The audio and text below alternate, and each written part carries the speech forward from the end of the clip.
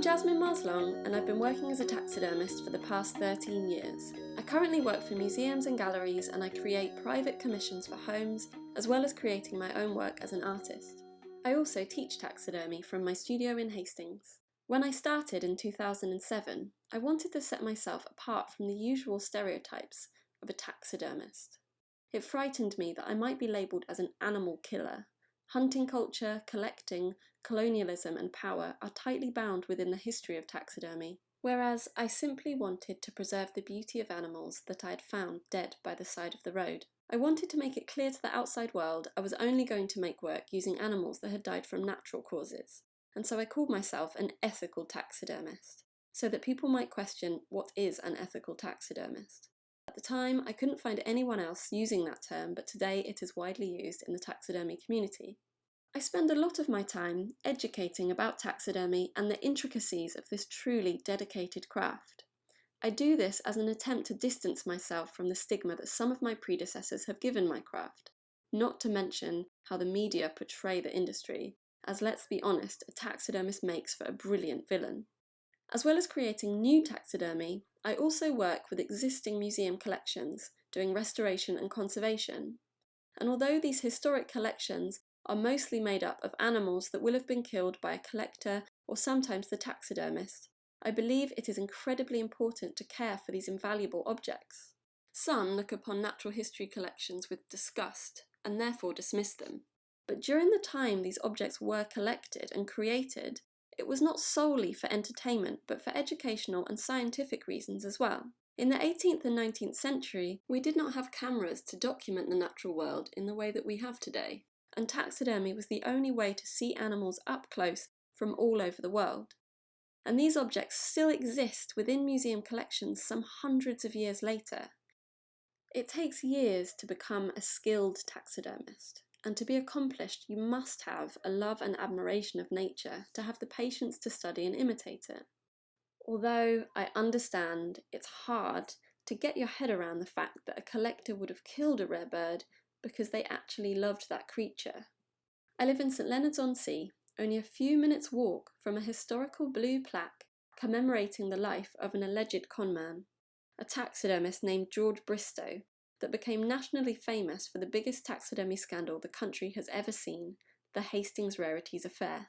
George Bristow was born in 1863 and worked as a taxidermist and gunsmith on Silchester Road in St Leonards. Ironically, Bristow is, to my knowledge, the only British taxidermist with a commemorative blue plaque, which shows his significance to the history of the craft.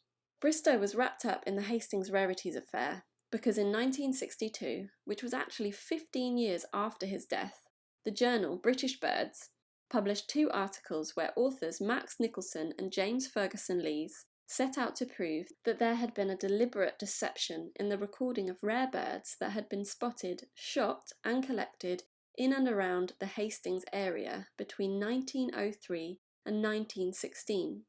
They claimed the sightings were statistically highly unlikely, and therefore the listings were struck off the British bird list. However, it's worth pointing out that it is possible the recordings were indeed genuine, as many of the species deleted from the records have since been seen in the area, and you could even say that Hastings seems to be a hotspot for scarce migrant birds. For example, in 2016, the first ever red-footed booby to be recorded in the UK was washed up on St Leonards Beach. Norman, which he was named, was nursed back to good health at the RSPCA's Mallydams Wood Wildlife Centre before he was flown by British Airways 5,000 miles back to his home in the Cayman Islands. But in 1962, when Nicholson and Ferguson Lee's articles were published, they held a press conference about the scandal, and the press loved it.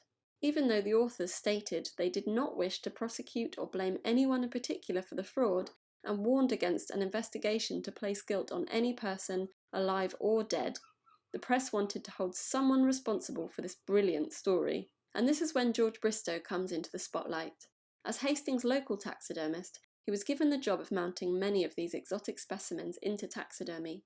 But Bristow was no longer alive when the story surfaced, and so could not defend himself against the tabloids.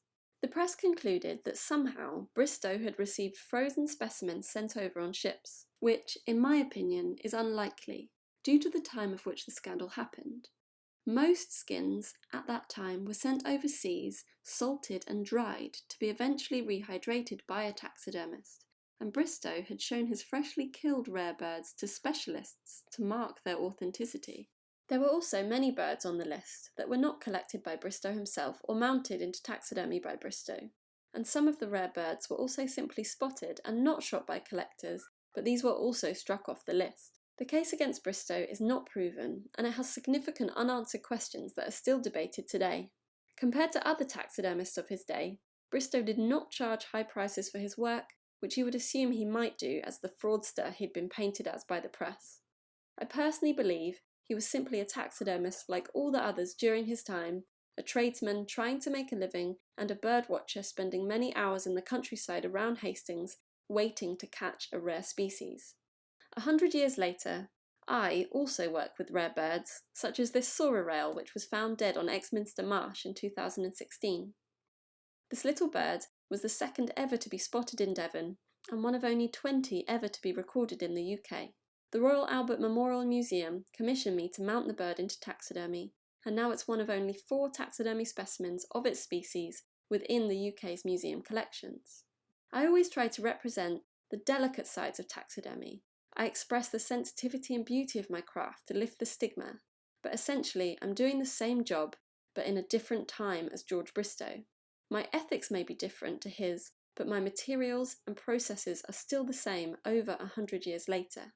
You can see some of George Bristow's taxidermy birds on display in Hastings Museum, as well as a collection of birds from the Hastings Rarities Affair on display. The museum has wonderful wildlife dioramas and beautiful stained glass windows. Once it's safe to visit again, do go along and have a look.